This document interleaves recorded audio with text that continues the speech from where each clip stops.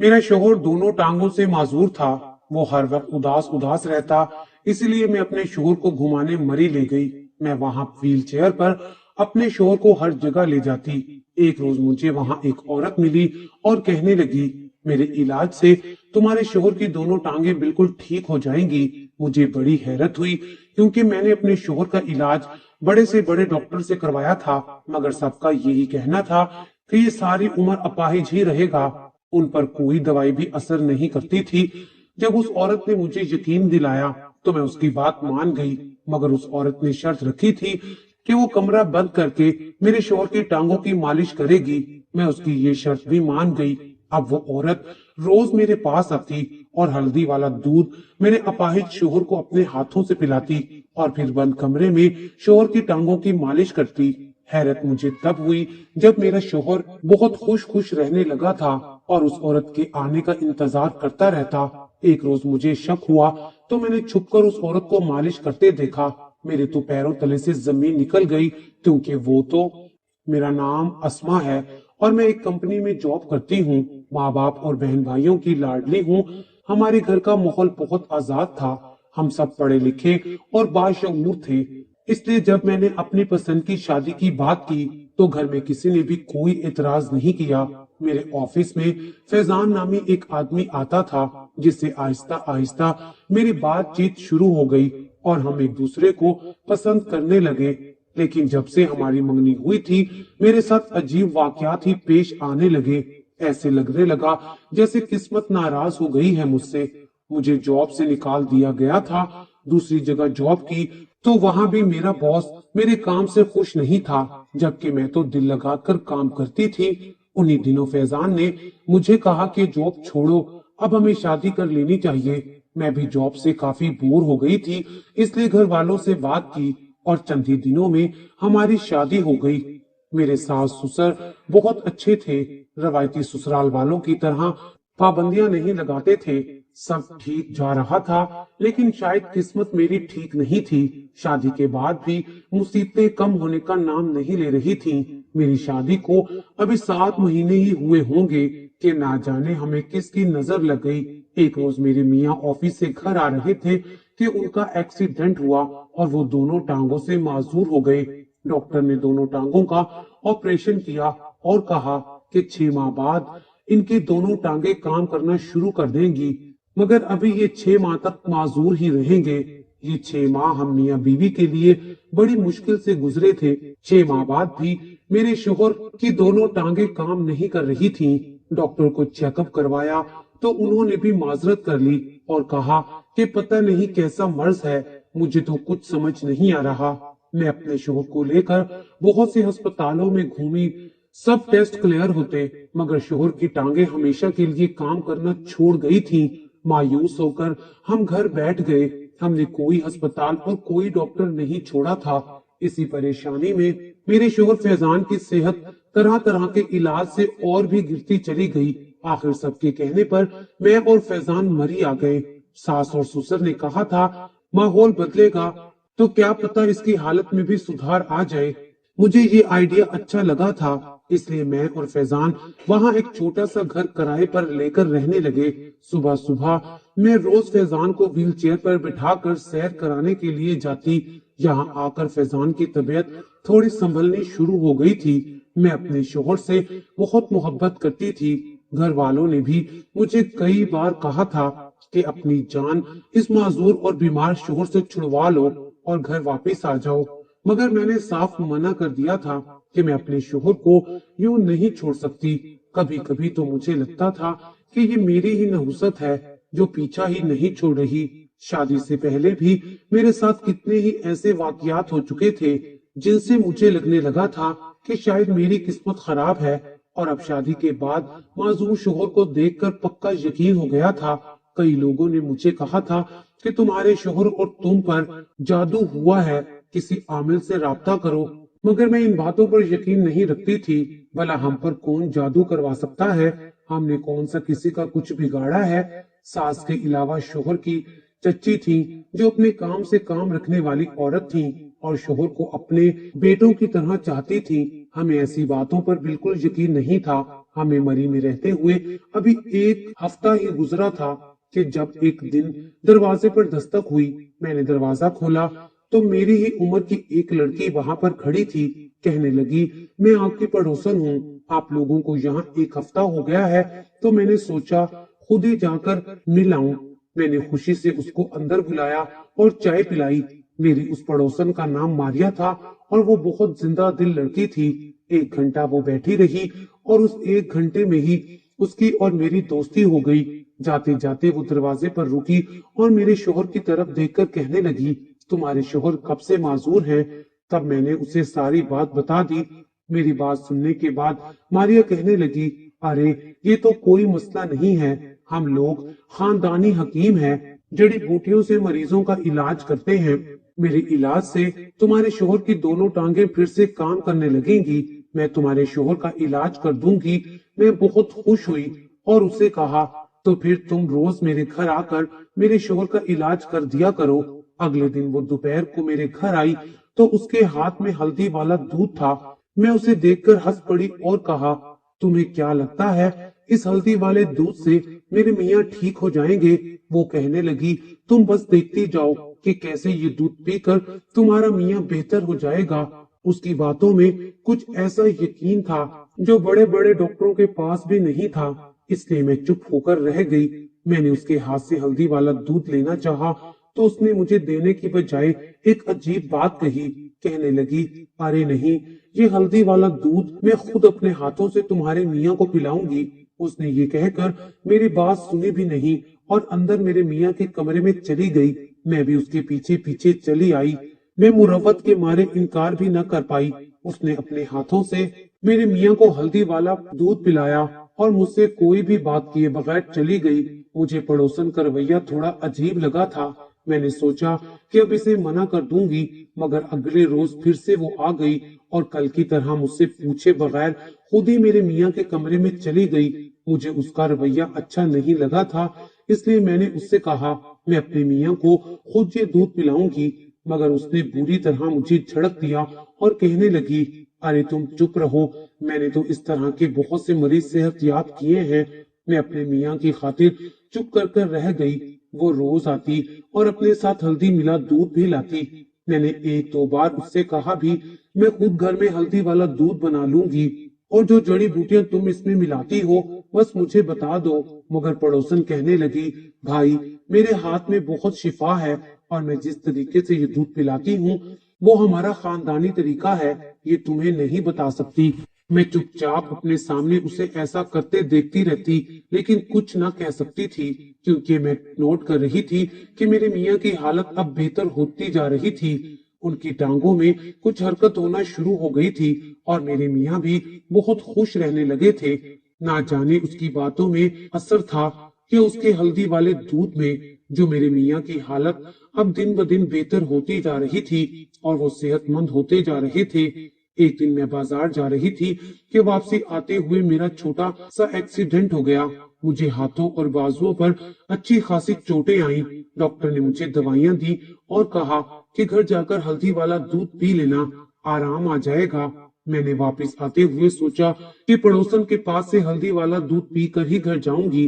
वो इतना अच्छा बनाती है कि मुझे फौरन आराम आ जाएगा। मैं पड़ोसन के घर गई तो उसका दरवाजा थोड़ा सा खुला हुआ था। मैं अंदर चली गई तो देखा कि उसके कुछ मेहमान आए हुए थे। मुझे देखते ही पड़ोसन घबरा कर उठी। शायद वो नहीं चाहती थी कि मैं उसके मेहमानों के सामने आऊं।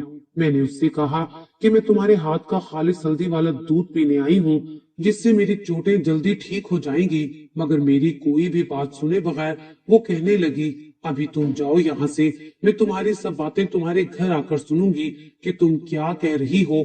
उसने हाथ पकड़कर मुझे अपने घर से निकाल दिया और दरवाजा बंद कर लिया। मैं तो हैरान रह गई उसकी इस हरकत पर।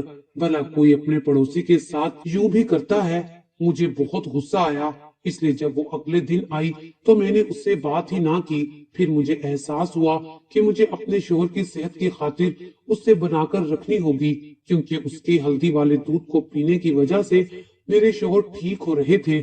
मुझे बड़ा तजस्सुस था कि वो हल्दी वाला दूध बनाती कैसे है, कौन सी ऐसी खास जड़ी बूटी डालती है। शोहर ने कई बार मुझे समझाया कि तुम हर वक्त मारिया की तौहीन ना किया करो। देखो वो मेरा कितना ख्याल रखती है, तुम तो उसका शुक्रिया अदा किया करो। बगैर कोई पैसा लिए मुफ्त में मेरा इलाज कर रही है। शोहर की बात तो ठीक थी, मैंने कई बार उसको पैसे देने चाहे मगर वो हमेशा मना कर देती। लेकिन इसके बावजूद मैं ये जानने में दिलचस्पी रखती थी कि जिस मर्ज की समझ बड़े से बड़े डॉक्टर को ना आई वो उसे कैसे आई, और उसने इलाज भी कर दिया। एक रोज सुबह सुबह मैंने उसे जंगल में जाते देखा। पड़ोसन को देखा तो ख्याल आया कि शायद ये जंगल में जड़ी बूटियां इकट्ठी करने जा रही है। मैं भी चोरी चोरी उसके पीछे चलने लगी। सोचा कि आज तो देखकर रहूंगी कि क्या राज है। वो जंगल में बहुत दूर तक आ गई थी, लेकिन कोई जड़ी बूटी इकट्ठी करने की बजाय वहां जमीन पर बैठ गई और आंखें बंद कर ली। मैं 10 मिनट वहीं खड़ी उसे देखती रही, फिर मायूसी से पलट आई। शायद वो योगा करने आई थी। यहाँ मरी में अक्सर खवातीन को मैंने योगा करते देखा था, इसलिए उसको देखकर हैरत नहीं हुई थी। मैं घर आई तो शोहर मुझ पर चिल्लाने लगा, अरे तुम मुझे अकेला छोड़कर क्यों चली गई? काफी दिनों से उसका रवैया मुझसे खराब हो रहा था। वो बाग बेबाक लड़ता रहता था, मगर मैं नजरअंदाज कर देती थी कि बीमारी में इंसान चिड़चिड़ा हो जाता है, मगर पड़ोसन के सामने आते ही उसका सारा गुस्सा खत्म हो जाता था। दोपहर को जब वो हल्दी वाला दूध लेकर आई तो काफी देर मेरे मियाँ से बातें करती रही। मुझे बहुत जलन महसूस हुई, लेकिन मैं चुप रही। 1 घंटा मेरे मियाँ से बातें करने के बाद वो चली गई। अगले दिन मैंने उसे मना कर दिया, अब तुम्हें मेरे घर आने की जरूरत नहीं है, मेरा मियाँ ठीक हो गया है और हम जल्दी वापस जा रहे हैं। तो वो कहने लगी, इलाज में सिर्फ 4 ही दिन रह गए हैं, सब्र कर लो, अगर आखिरी 4 दिन छोड़ दिए तो कोई फायदा नहीं होगा। उसकी बात सुनकर मैं डर गई, क्योंकि मेरा मियाँ अब बैसाखी के जरिए चलने फिरने लगा था। मैंने कहा चलो ठीक है, मैं 4 दिन और रह लेती हूँ। यहाँ पर असल में मुझे ये खौफ हो रहा था कि कहीं मेरा मियाँ पड़ोसन में दिलचस्पी लेना शुरू ना हो जाए, क्योंकि आखिर वो मर्द था और किसी भी वक्त बहक भी सकता था। इसलिए मैं जल्द अज जल्द अपने शोहर को यहाँ से ले जाना चाहती थी, मगर अब भी 4 दिन बाकी थे। एक दिन तो अच्छा गुजर गया, मगर दूसरे ही दिन मैं अचानक सीढ़ियों से गिर गई और मुझे घुटने पर शदीद चोट लग गई। इसलिए जब पड़ोसन मेरे मियाँ के लिए दूध लेकर आई और उसे पिलाने लगी तो मैंने उससे दरख्वास्त की कि मुझे भी आधा गिलास पीने दो, क्योंकि मुझे चोट लगी है। मगर उसने जरा भी मुरवत ना दिखाई और कहा कि मैं तुम्हारे शोहर के लिए अपने हाथों से बनाकर लाई हूँ, अगर तुम्हें पीना है तो अपने लिए खुद बनाकर पी लो। मुझे बहुत गुस्सा आया कि मेरे मियाँ को पिलाने में कोई मसला नहीं, तो फिर मुझे क्यों नहीं दे रही? शायद वो चाहती थी कि मैं बीमार रहूं और कभी मेरा घुटना ठीक ही ना हो। मेरे शोहर की टांगे अब हरकत करना शुरू हो गई थी और मुझे यकीन था कि ये सब उस हल्दी वाले दूध की वजह से हुआ है। अगले दिन जैसे ही पड़ोसन आई तो जल्दी से मैंने उसके हाथ से वो हल्दी मिला दूध छीन लिया और उसके मना करने से पहले ही खुद पी लिया। मगर मेरे होश उड़ गए ये जानकर कि उसके दूध का जायका तो बहुत ही खराब था। फिर न जाने मेरा मियाँ कैसे पी लेता था। मेरा दिल खराब होने लगा और मैंने उसी वक्त उल्टी करके अपना अंदर साफ किया। मेरी पड़ोसन बहुत गुस्से में थी, कहने लगी, तुमने मेरा सारा काम बिगाड़ दिया है, तुम्हें क्या जरूरत थी दूध पीने की? आज इलाज का आखिरी दिन था और तुमने काम बर्बाद कर दिया। अब पिछले इलाज का भी कोई फायदा नहीं रहा। तुम्हारा मियाँ फिर से पहले जैसा हो जाएगा। वो इंतहाई तैश में थी और मुझे बातें सुनाकर चली गई, जबकि मैं हैरान थी कि मेरा शोहर कितने आराम से दूध पी लेता है। मेरी तो हालत खराब हो गई थी। मैं अब वहां मजीद 1 मिनट भी रुकना नहीं चाहती थी, इसलिए सामान पैक करने लगी। मगर हैरत की इंतहा ना रही जब देखा कि शोहर ने जाने से इनकार कर दिया है और मुझे कहने लगा, तुमने मारिया के साथ ठीक नहीं किया, वो हरगिज जाने पर तैयार नहीं था। कुछ देर बाद जब मेरा गुस्सा ठंडा हुआ तो मुझे इल्म हुआ कि मैंने उसके साथ बहुत गलत कर दिया है। मुझे ऐसा नहीं करना चाहिए था। मैंने सोचा मैं पड़ोसन से जाकर माफी मांग लेती हूँ। मैं उसी वक्त उठी और शोहर को व्हील चेयर पर बिठाकर मारिया के घर ले जाने लगी। हम अपने घर से निकले तो मारिया को घर से बाहर जाते देखा। मैंने उसे आवाज दी, मगर वो बहुत जल्दी में थी और उसने सुना नहीं। मैं और फैजान उसके पीछे पीछे चल दिए। वो उसी जंगल में जा रही थी जहां मैंने उसे देखा था। ابھی شام کا وقت تھا اور باہر اتنا رش بھی نہیں تھا، اس لیے میں نے فیضان کو کہا ہمیں اس کے پیچھے جانا چاہیے، کہیں کسی مشکل میں نہ پھنس جائیں۔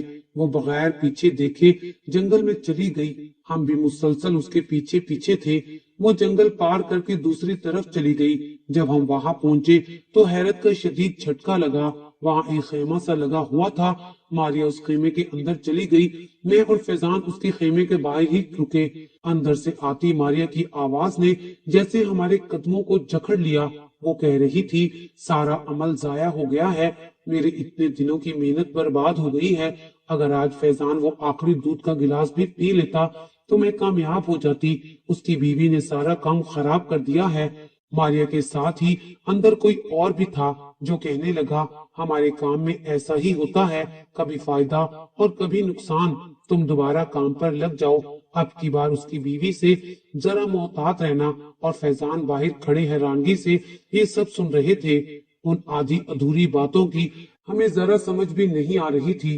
ہاں اتنا ضرور معلوم ہو گیا تھا کہ ماریا یہ ہمارے ساتھ کچھ غلط کرنے کی پلاننگ کر رہی تھی، لیکن سوال یہ تھا کہ آخر اس کا فیضان سے کیا تعلق ہے؟ ہم نے تو اس کو آج سے پہلے کبھی دیکھا تک نہیں تھا۔ میں بہت ڈر گئی تھی، اس لیے فیضان کا ہاتھ پکڑ کر واپس آ گئی اور اسی وقت ہم وہاں سے اپنے گھر جانے کے لیے نکل گئے۔ میں چاہتی تھی کہ ماریا کے آنے سے پہلے پہلے ہم اس شہر سے ہی نکل جائیں۔ ابھی ہم سفر میں ہی تھے جب فیضان کی طبیعت خراب ہونی شروع ہو گئی، اس کی ٹانگوں میں شدید درد شروع ہو گیا۔ میں نے گاڑی روکی تو آس پاس کوئی ہاسپٹل نہ تھا، صرف ایک مسجد نظر آ رہی تھی۔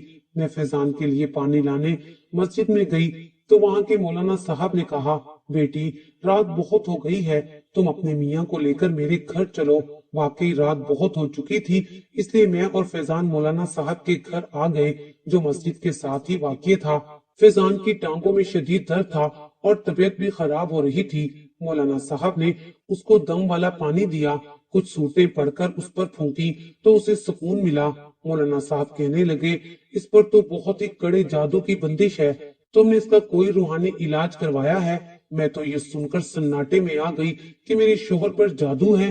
میں نے مولانا صاحب کو ساری تفصیل بتائی کہ کیسے فیضان کا ایکسیڈنٹ ہوا اور پھر بات یہاں تک آ گئی اور کیسے پڑوسن کا تیار کردہ ہلدی والا دودھ پی کر اس کی طبیعت بہتر ہونا شروع ہو گئی، اور آج کیا ہوا، کیوں ہمیں وہاں سے جلدی جلدی نکلنا پڑا۔ میں نے سب کچھ مولانا صاحب کو بتا دیا۔ مولانا صاحب کہنے لگے وہ لڑکی تمہارے شوہر پر جادو کر رہی ہے، جو کچھ تم نے بتایا ہے اس سے یہی ظاہر ہوتا ہے کہ تم دونوں نماز اور قرآن پاک کی پابندی کرو، اللہ تعالیٰ اپنا رحم فرمائے گا۔ مولانا نے ہمیں کچھ دم والا پانی دیا اور قرآن پاک کی کچھ سورتیں پڑھنے کو کہا تھا۔ ہم وہاں رات رہ کر صبح سفر کر کے واپس اپنے گھر آ گئے تھے۔ میں نے اپنے گھر والوں کو کچھ نہیں بتایا کہ وہاں کیا کیا ہوا تھا، کیونکہ وہ پریشان ہو جاتے۔ میں دن رات اپنے شوہر پر قرآن پاک کی آیات پڑھ کر پھونکے مارتی اور دم والا پانی پلاتی، تب کہیں جا کر ان کی حالت میں سدھار آنا شروع ہوا اور ان کی ٹانگیں بالکل ٹھیک ہو گئیں۔ مجھے پہلے بھی کئی لوگوں نے کہا تھا کہ ہو سکتا ہے کہ تمہارے شوہر پر جادو ہو، لیکن میں بہت ماڈرن بنتی تھی، اس لیے اس پہلو پر سوچا ہی نہیں تھا، صرف ڈاکٹری علاج پر توجہ تھی۔ مولانا صاحب نے بتایا کہ بیٹا برے لوگوں کی نظر اور حسد انسان کو تباہ کر دیتی ہے، اور یہ زیادہ تر اپنے ہی ہوتے ہیں جو ایسا کرتے ہیں۔ ہمیں مری سے واپس آئے 1 ہفتہ ہو گیا تھا۔ فیضان کی طبیعت ٹھیک ہو گئی تھی، وہ اپنی ٹانگوں پر چل سکتے تھے، سب کچھ نارمل ہو گیا تھا، لیکن مجھے ایک ہی بات کھائی جا رہی تھی کہ ہم سے کس نے دشمنی نکالی، آخر کس نے ہم پر جادو کروایا، اور ماریا کون تھی؟ یہ سارے سوال مجھے چین نہیں لینے دے رہے تھے۔ اللہ تعالیٰ کو میرا مزید امتحان منظور نہیں تھا، اس لیے بہت جلد ساری حقیقت میرے سامنے آ گئی۔ اس دن ہم دونوں کی شادی کی سالگرہ تھی، ہم دونوں بہت دھوم دھام سے یہ سالگرہ منانا چاہتے تھے۔ میں سالگرہ کے لیے گھر کی پچھلی سائڈ پر بھی لائٹیں لگوانا چاہ رہی تھی۔ میں وہاں کا جائزہ لینے اس طرف گئی تو جو دیکھا اس نے میرے قدموں تلے سے جان نکال دی تھی، کیونکہ میری مری والی پڑوسن سامنے کھڑی فیضان کی چچی سے باتیں کر رہی تھی۔ مجھے 1 منٹ لگا سارا معاملہ سمجھنے میں۔ वो शोहर की चच्ची ही थी जो मेरे शोहर पर जादू करवा रही थी। मैं थोड़ा सा आगे होकर छुप गई ताकि उन दोनों की आवाज सुनाई दे। मारिया कह रही थी, मैडम मेरा क्या कसूर है, मैंने तो अपनी तरफ से भरपूर कोशिश की है। चच्ची कहने लगी, अरे एक जरा सा काम तुझसे और तुम्हारे उस आमिल से नहीं हुआ तो मैं क्यों दूं अब पैसे, वो तो भला चंगा होकर आ गया है। मैं तालियां बजाते हुए उनके सामने आ गई और कहा, वाह चच्ची जान वाह, तो इन सब के पीछे आप छुपी हुई थी। मारिया तो मुझे देखते ही वहां से भागने लगी थी, मगर मैंने उसे पकड़ लिया क्योंकि मैं उसे पुलिस के हवाले करना चाहती थी। चच्ची की तो मुझे देखकर रंगत ही फक हो गई थी। उन्हें उम्मीद नहीं थी कि मैं यूं अचानक उनके सर पर आन खड़ी हो जाऊंगी। मैंने आवाज देकर सबको बुला लिया और सारी हकीकत अपनी सास और ससुर के सामने रख दी।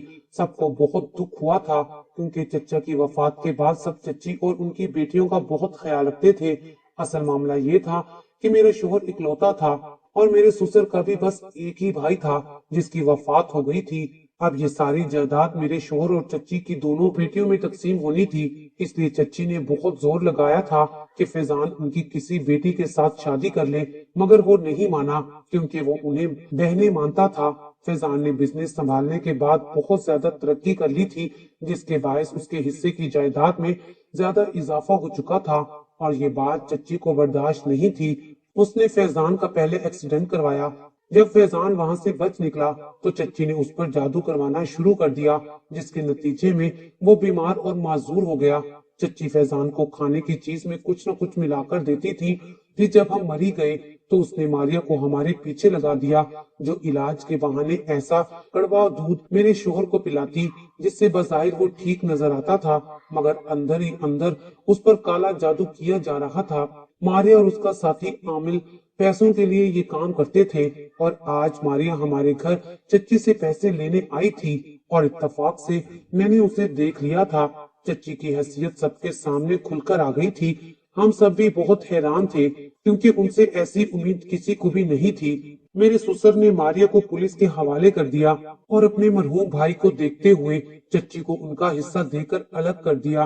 वो बहुत शर्मिंदा थी, मगर अब कोई फायदा नहीं था। ये तो अल्लाह ताला की करम नवाजी थी कि उस रात उसने उन मौलाना साहब से हमारी मुलाकात करवा दी, वरना शायद आज भी हम यही सोच रहे होते कि आखिर फैजान को मसला क्या है। क्या पता अब तक कितना बुरा हो चुका होता। इस हादसे ने मुझे और मेरे शोहर को अल्लाह ताला के बहुत करीब कर दिया है। कहाँ हम लोग कभी कभार नमाज अदा किया करते थे, अब हम पांचों वक्त की नमाज अदा करने लगे हैं। सच कहा है किसी ने कि बुरा वक्त जाते जाते कुछ न कुछ सिखा कर ही जाता है।